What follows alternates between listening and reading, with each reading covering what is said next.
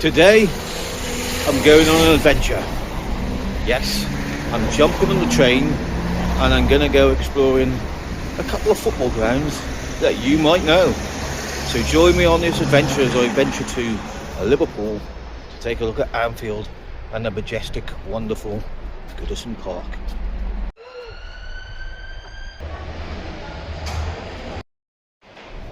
Holyhead, it'll be that one now.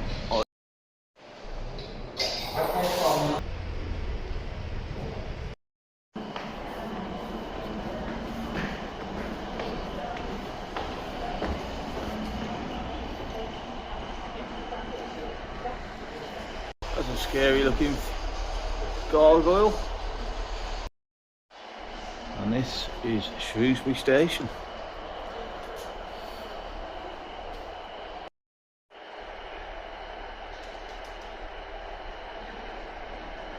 So we have to go past that place, we shall not name, Wrexham, and get off at Chester.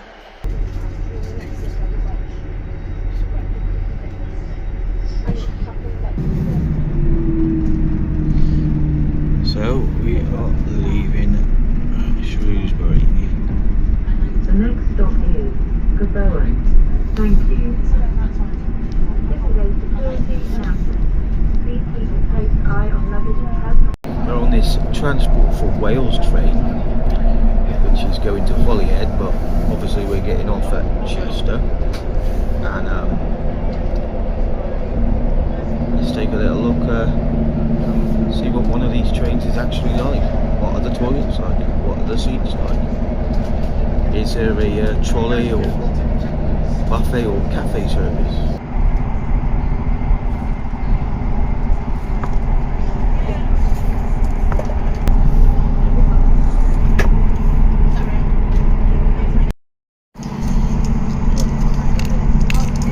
So, 2 cups of tea. So yep, they have a trolley service on this one.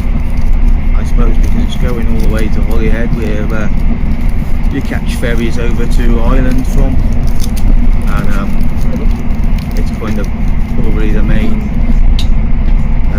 line to go from North Wales to South Wales, because it would go from obviously Holyhead, Anglesey, across the North Wales coast to Rhyl, goes into England in Chester, and then back into Wales to Wrexham, then back into England to Shrewsbury, and then all the way down to Hereford, and then that crosses over into Wales, into Newport, and then eventually Cardiff. So yeah, sometimes I think it even goes as far as going from Holyhead all the way right round, making a C shape to Pembroke Dock, because there's no actual railway line from on the west coast of Wales that goes north to south. So they have to go out into England if you're going to catch a train from North Wales to South Wales. There's no other way you can do it. As you can see, some of the countryside in Shropshire and of course in Wales is spectacular, and it's a lovely day outside, although nearly chilly. It's not much above 0, I don't think. Gob Owen. And that's a mouthful, isn't it? Get it? Gob Owen. Oh well.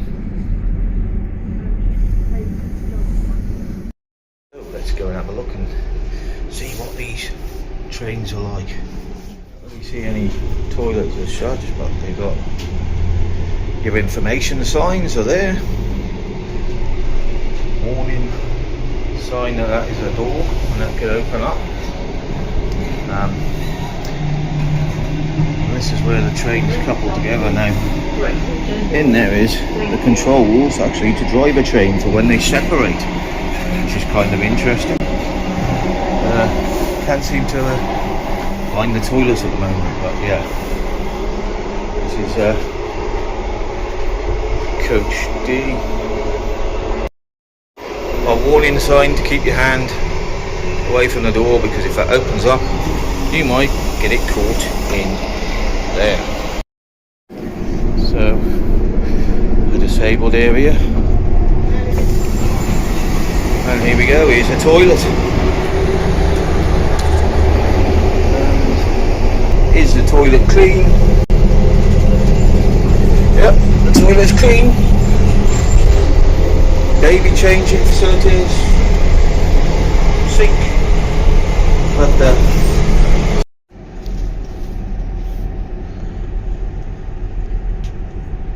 yes, that damn football stadium. They'll all be on with their shirts. No. Don't like them, do we? No. We are now at Wrexham General. This train is for Holyhead.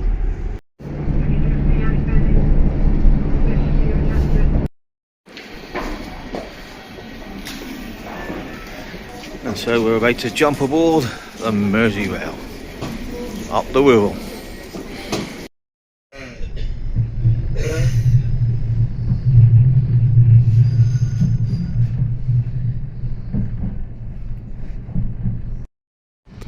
So basically we're leaving Chester on the Merseyrail, and Merseyrail is kind of a hybrid rail underground system which serves Liverpool and the surrounding areas, and basically they don't have toilets on the train, I don't think, but they do have free Wi-Fi, and the actual decor is quite nice. Seats are a bit odd, but other than that, it seems like a decent service. I've used it many times before. First time I vlogged on it.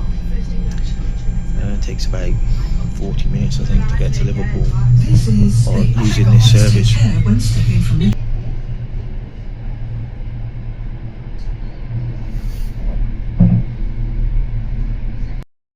We are at Moorfield Station, changing here,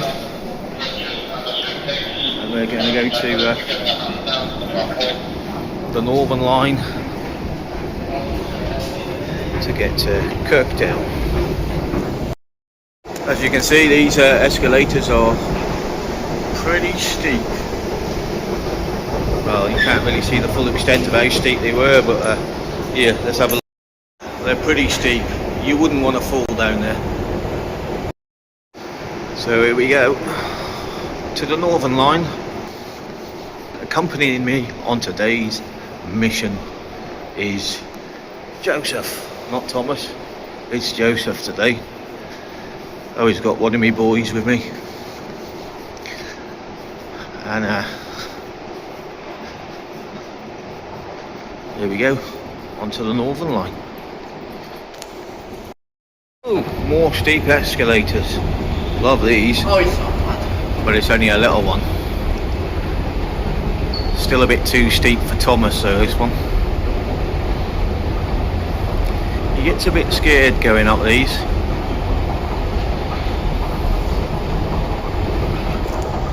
Moorfields. So we want to go to Kirkdale.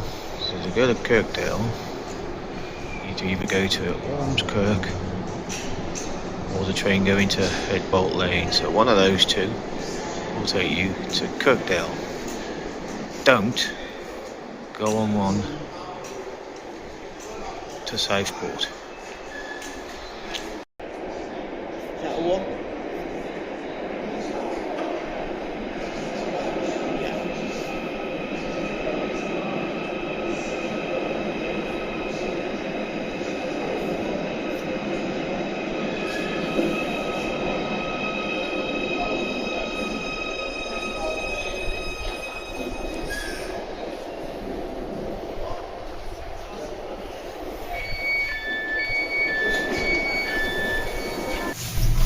Pretty cool. Tells you where you are.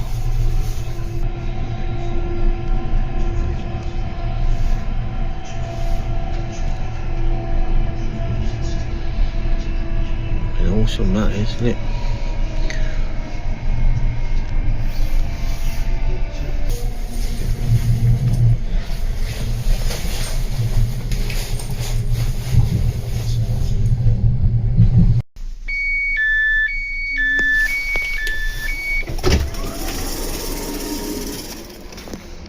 So here we are, Kirkdale. So we're here today to basically have a nose at both Anfield and Goodison, but for the most part say goodbye to probably the world's most historic of stadiums. Kept its charm for over 130 plus years, I think it is. What was it, 1892? Something like that. So yeah, over 130 years. And she's a glorious thing, is Goodison Park. In America they would say soccer specific stadium. It was the first one of those, two-tiered on four sides, and today we pay our respects to that stadium that has brought many people joy and some teams misery over the years. So you can definitely see Anfield in the distance. The thing looks monstrous, but all four stands are virtually new. There's nothing really left that's historic about it. In Dog we trust. People's Hub and a cafe inside. Right next to Everton Stadium is a place called Salopian. Wow. And there we are at Goodison Park. Maybe people from Shropshire are supposed to support Everton, with Salopian being across the road. So here we are at Goodison Park. But we're going to go and see the dark side first, up the road. So when I was 7 years old, and I was into trains and dinosaurs, believe it or not, at that time, and didn't really care much for football at all. But as you get older, you sort of get dragged into such things.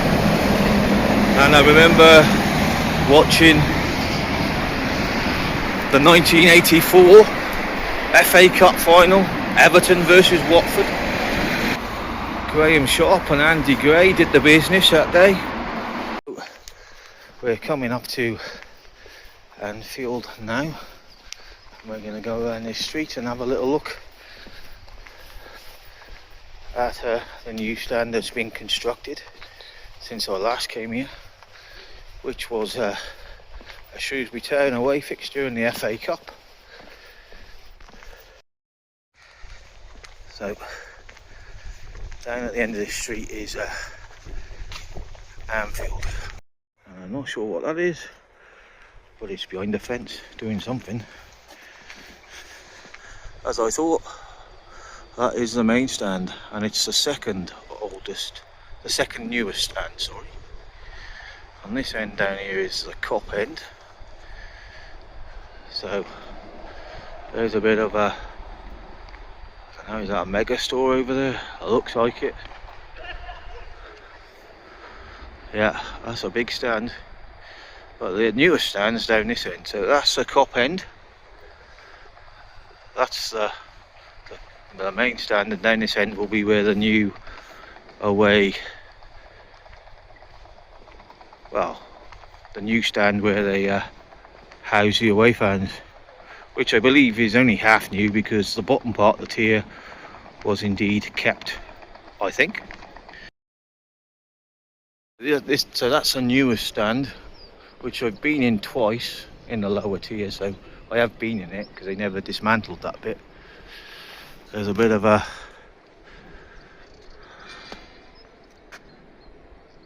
shipping container thing. I wonder what that's for. And a merchandise box. I'll show you Oh, he's despised. Nothing against him. As a player anyway, because he only scored against Everton. There's a bit of a layout of the ground, but of course we're not really here to look at Anfield. We're just having a quick little nose. We're going to the main event. We're going to the old girl herself, the beautiful Goodison Park, and that's where we're off to right now. I'm about halfway in between Anfield and Goodison Park. I'm going to show you how far apart they actually are, or how close they actually are together. There's Anfield. I'm in the middle of Stanley Park, and I'm turning around, and there is Goodison Park, just over there. Some pigeons enjoying some food.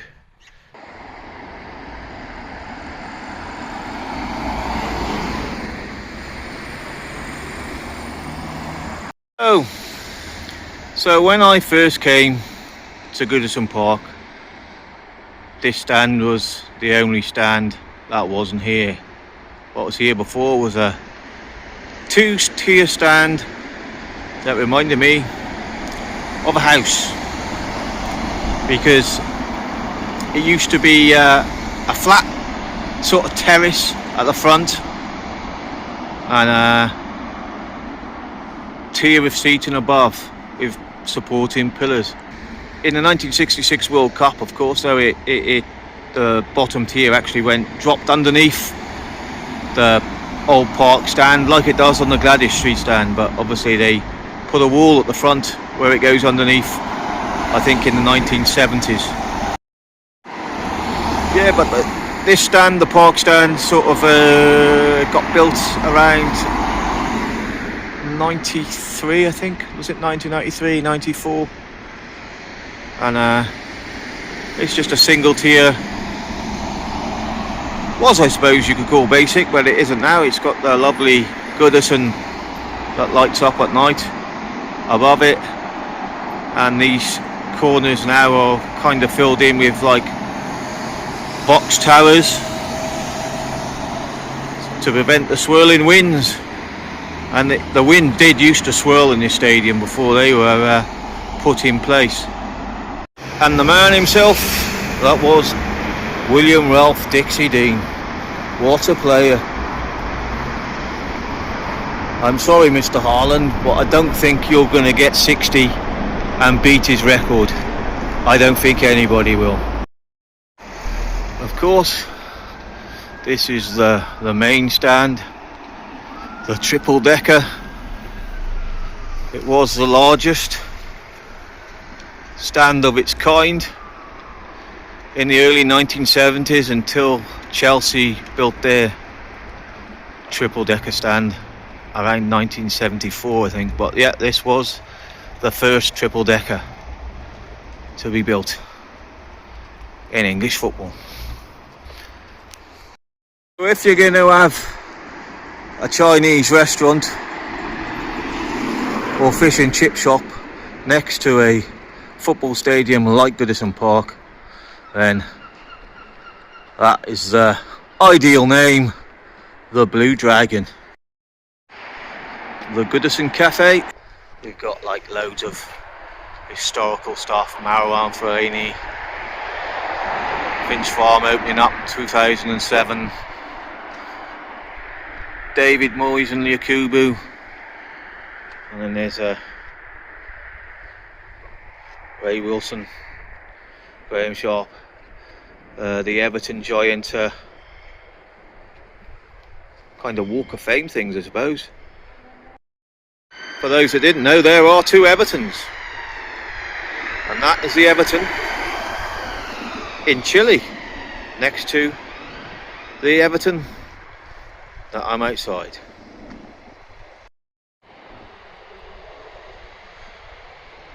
Once upon a time,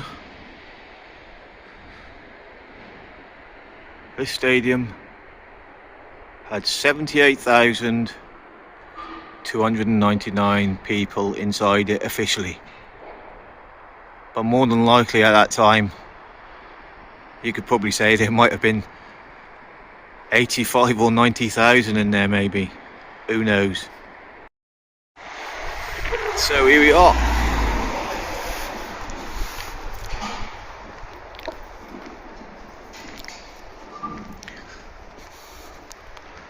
And who we got up here? We've got the likes of Joe Royle,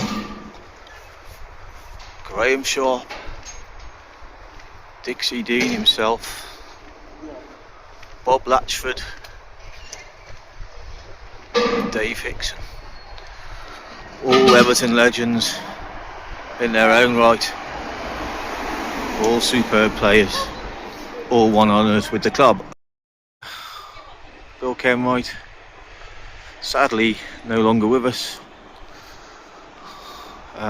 Would have probably loved to seen a new stadium open, but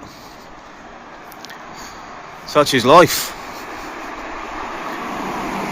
That's a sad thing, because I think that's all he ever wanted to do, was to see Everton get big success and move into a lovely new stadium. But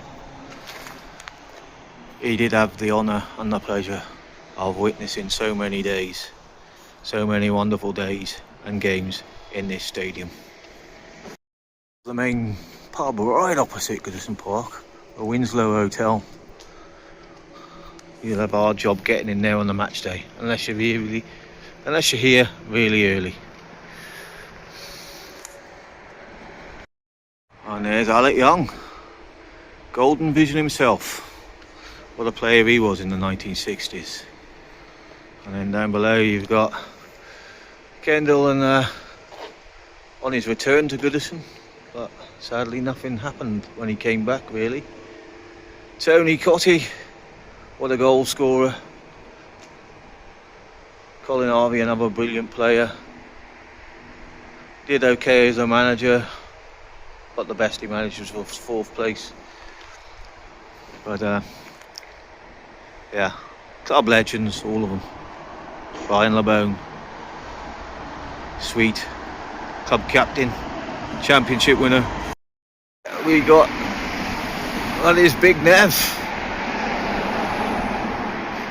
Big Nev, probably the best goalkeeper that's ever kept goal. Well, certainly one of.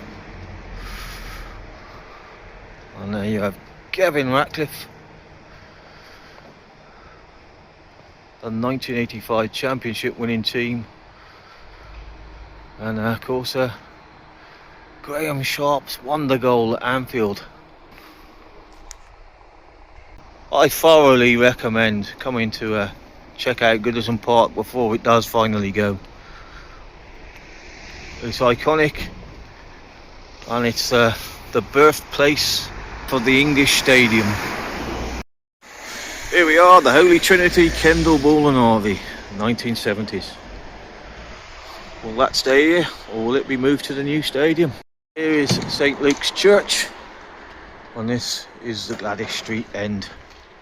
And this is the church where we see in the TV in the corner.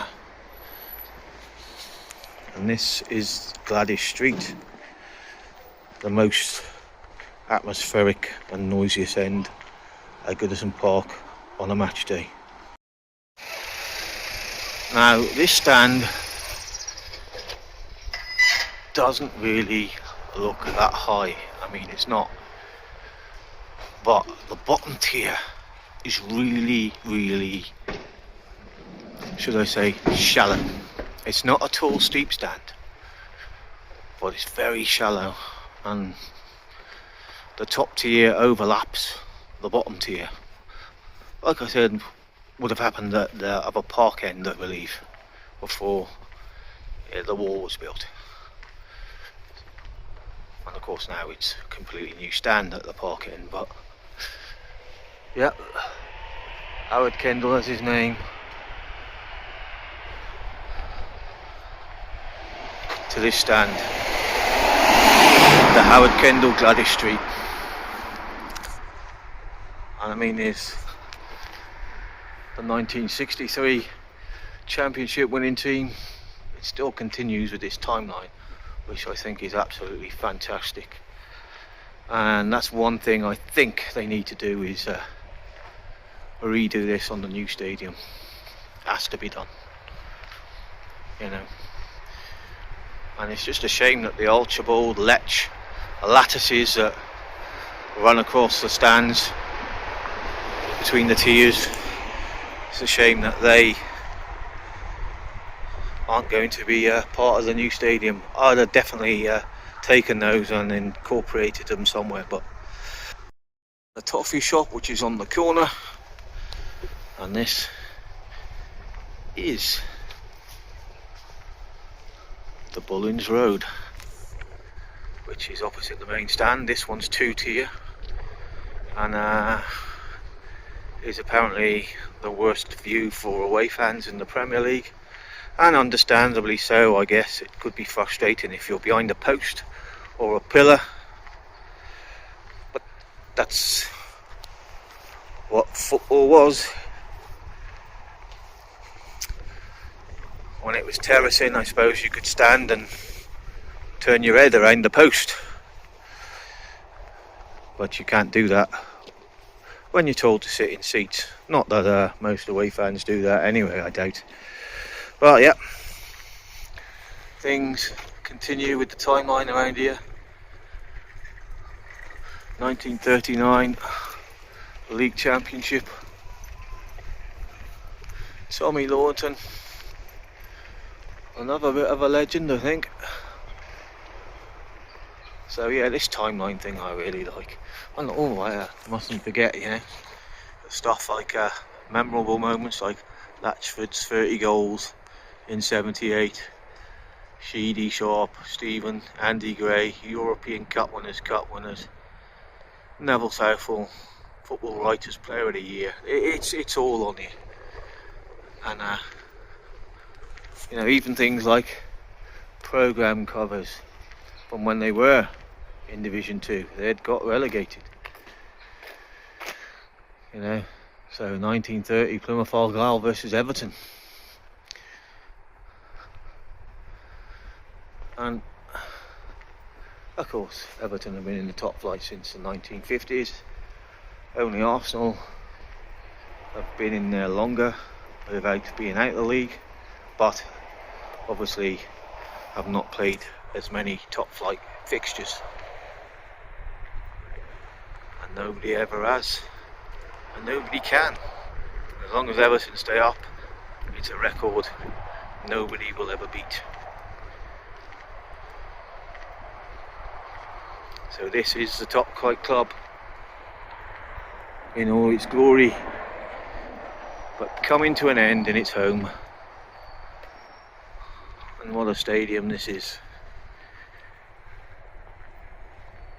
It's gritty, it's old, it's hardcore, but it's damn beautiful. And that's what English football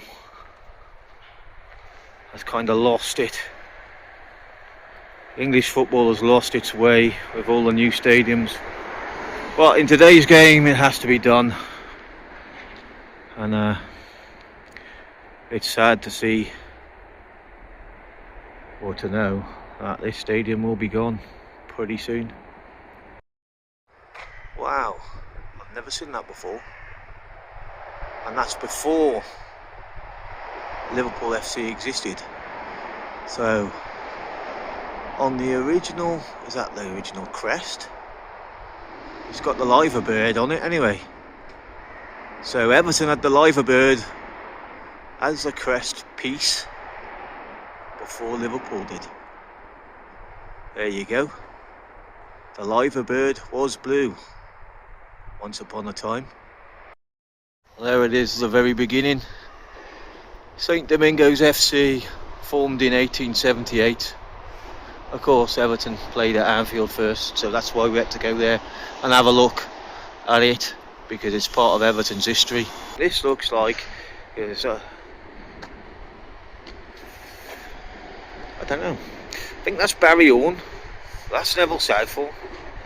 That is probably no. I reckon that's Daniel Amokachi, and that's Stuart McCall, is it?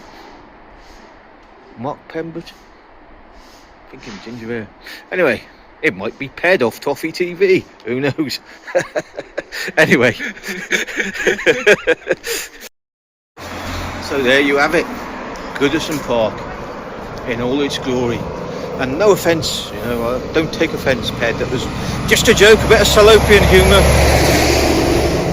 But I thought I had to say it. I am a watcher and a subscriber to Toffee TV. But yeah, we got my own channel with my own #1 football club. Everton's close to the heart. Well, I'm a Salopian at the end of the day. And but you know, I don't get the 2-team W word, because at the end of the day, football is football, and you're always going to have teams that you'll have a soft spot for. And so that's it. That's the tour of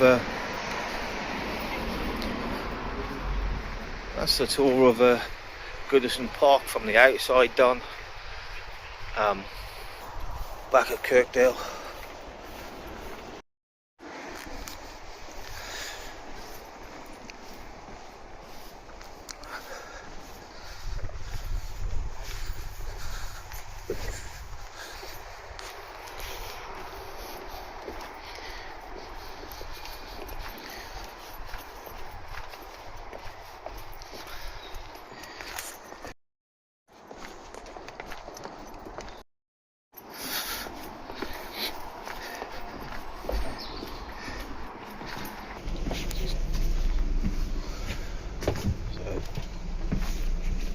Train.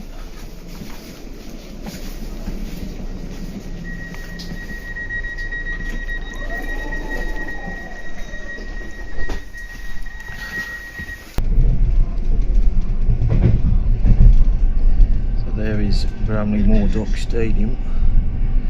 Decided not to go to that one today. We'll leave that one for another day. And come in another video.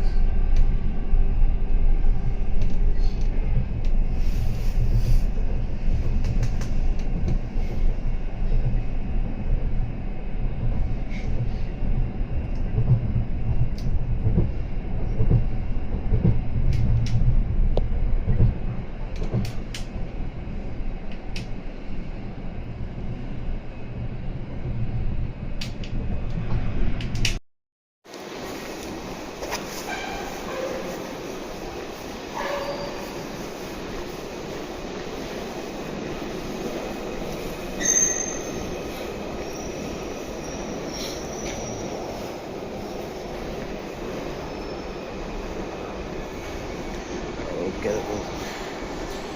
out this way. Here we go. Up the world's steepest lift. I don't know if it is the world's steepest escalator. Certainly one of them. It's like, whoa. Look at that. I'm not even halfway up yet. It's well steep.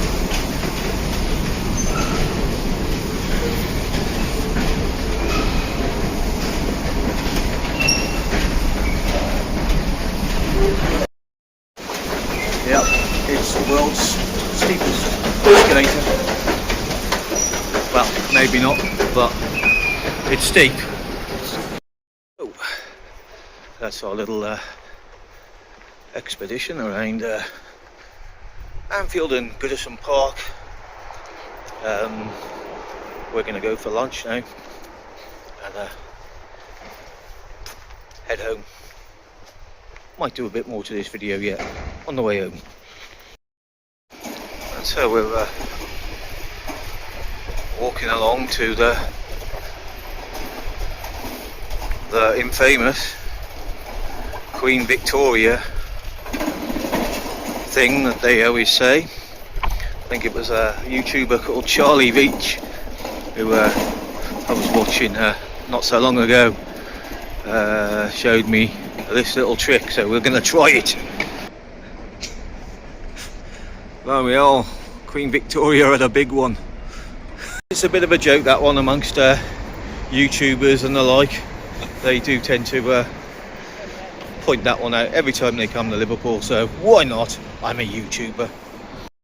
Wasn't really something you might have thought it was. It was the sceptre.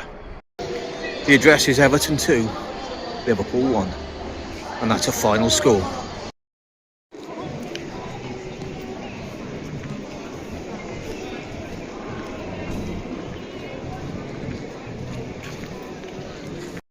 There are all sorts of things on there, aren't they?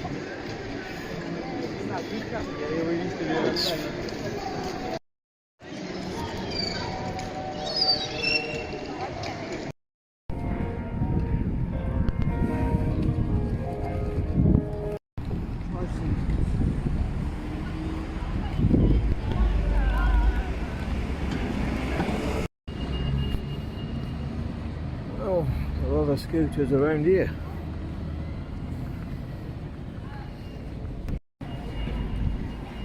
You just leave them anywhere, don't they, these things? Suppose you put some money in them or something and you just get around on them. Somebody feeding the pigeons.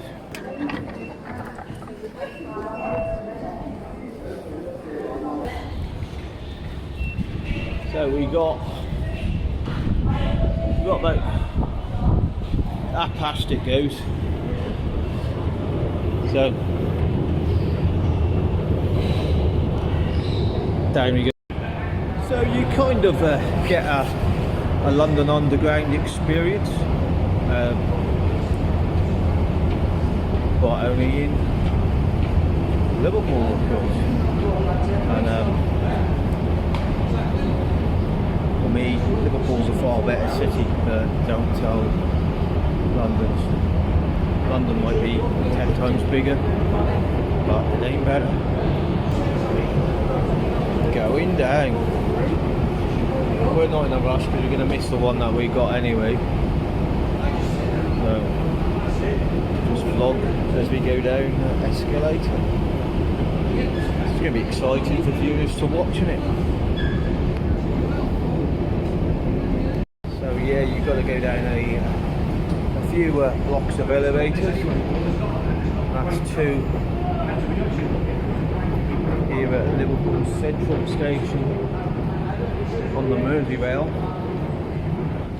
So now at least there's none of this northbound, southbound nonsense you get in London. So it tells you platform 3. Platform 3 is this way. The route, and it goes all the way to Chester.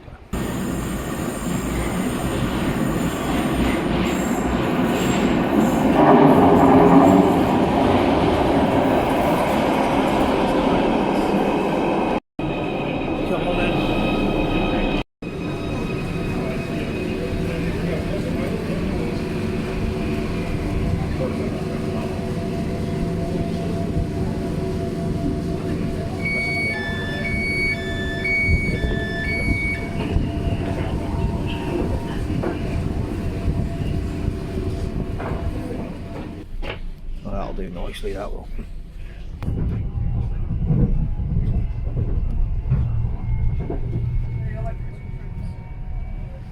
Step-free access is available at this station.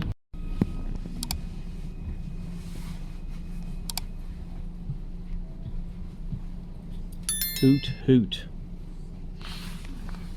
Suppose we make hooters here. Or not.